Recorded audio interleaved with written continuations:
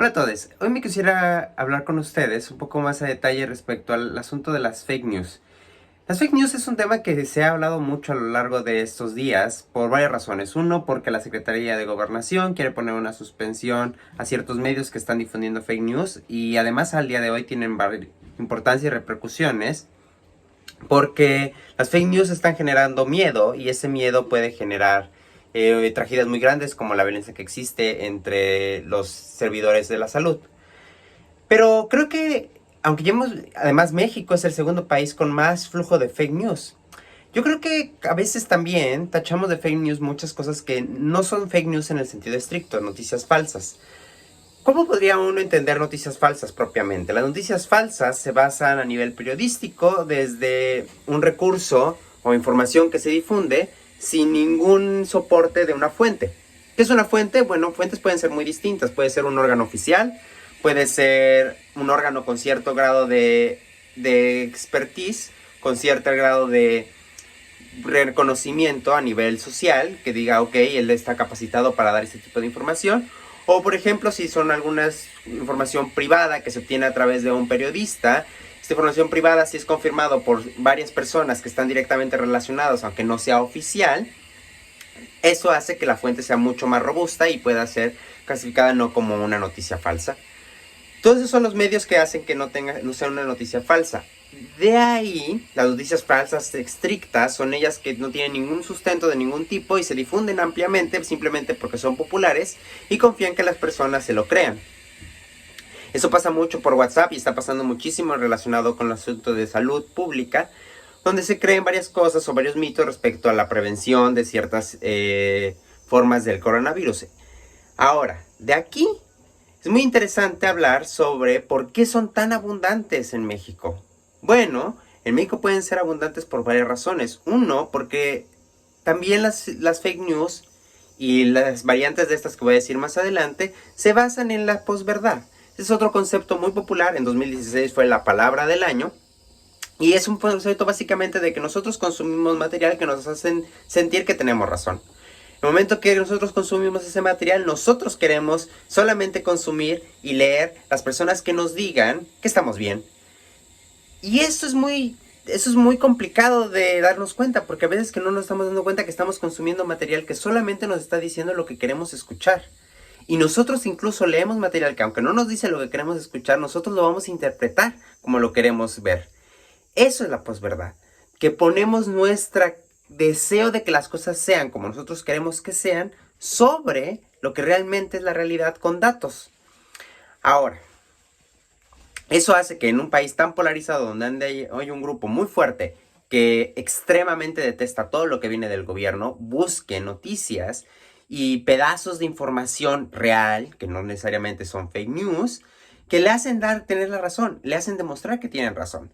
Del otro lado, las personas que son pro el gobierno y absolutamente a favor del proyecto, buscan noticias en que les digan cada una de las acciones que está teniendo el gobierno, tienen alguna razón o alguna explicación que les ayude a validar lo que ellos creen.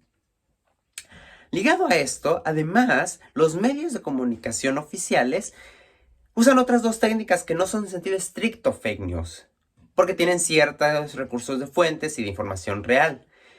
Una es la desinformación. La desinformación se basa y de hecho la desinformación puede estar ligada a un exceso de información, es decir, poner una gran cantidad de información sin clasificar, sin ningún orden, y eso genera obviamente huecos en el público que lo lee. La otra forma de desinformar es que cortes discursos o cambies el contexto de la pregunta con la que se hizo. Eso pasa muchísimo en las mañaneras. Y eso es parte de por qué es una mañana tan larga y es muy fácil que sea producto de mucha desinformación.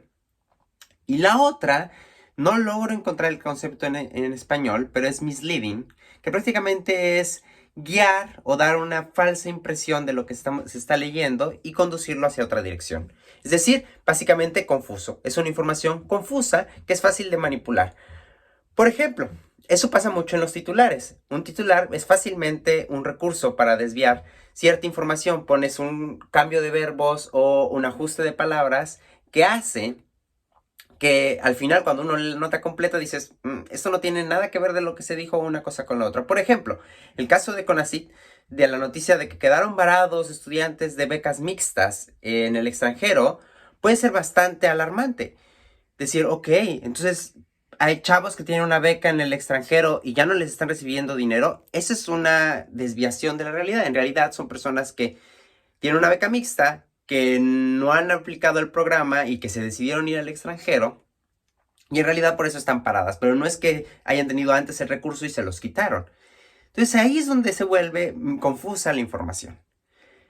Esta situación nos hace volver al punto medular de muchas de las cosas que yo les he platicado, es ver a profundidad las noticias, ver varios medios para romper con la posverdad y el círculo informativo en el que nosotros mismos nos encerramos con las redes sociales, leer con cuidado cada una de las notas, no guiarnos solamente por el titular, y eso puede ayudarnos a construir un poco más nuestra educación periodística o de información y tener una mirada mucho más crítica. Al final, lo que nos lleva es a decir, es difícil tener una mirada y confiar. Es que ese es el punto.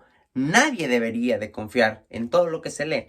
Porque ni siquiera para los científicos, que nosotros tenemos un sistema de journals que están oficializados entre la misma comunidad, nosotros creemos absolutamente todo lo que se publica ahí. Nuestra base es criticar todo lo que se publica ahí. Analizar los datos, analizar las fuentes, ver si puede haber una confusión, ver si puede haber un error. ¿Por qué? Porque todo está sujeto a errores. Es muy incierto, nos lleva a una incerteza, pero en realidad la vida es así, es lleno de incertezas y ni siquiera las cosas más duras como las matemáticas o las ciencias son absolutas. El momento que nos llevemos a forzar a nosotros a darnos cuenta que todo es criticable y todo es dudable, creo que estaremos un paso más adelante y podremos ir avanzando en este mundo que cada vez se complica más, lleno de tanta información. No sé ustedes qué opinan, tengo varios artículos interesantes, uno es de Science, otro es en español, se los puedo pasar, los voy a tratar de también poner en mis historias. ¿Y qué opinan? Comenten, compartan este video y platiquemos más de esto.